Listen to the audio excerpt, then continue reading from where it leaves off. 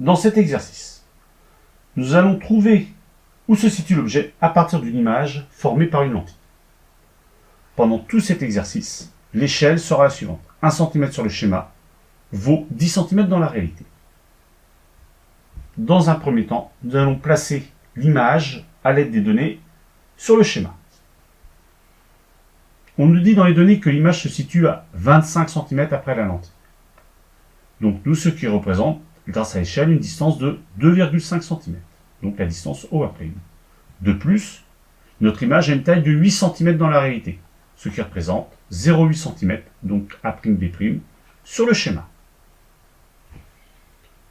Pour trouver l'objet, nous allons être obligés de tracer les 3 rayons fondamentaux. Tout d'abord, nous faisons partir de B', le rayon passant par le centre optique haut de la lentille et qui n'est pas dévié. Ensuite, le deuxième rayon, qui est parallèle à l'axe optique, et qui ressort en passant par le foyer image et B'.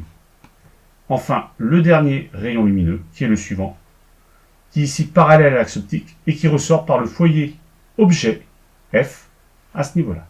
L'intersection de ces 3 rayons nous donne la position du point B, et l'objet AB se situe là. À l'aide des mesures, on constate qu'il y a une distance entre O et A de 10 cm, ce qui correspond, grâce à l'échelle, à une distance de 100 cm dans la réalité.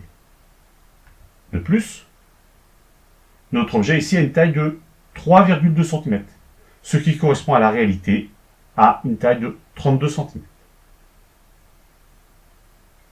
Le grandissement d'une lentille se calcule grâce à la relation suivante. Gamma, qui est égal à A'B', qui est la taille de l'image, divisé par AB, qui est la taille de l'objet.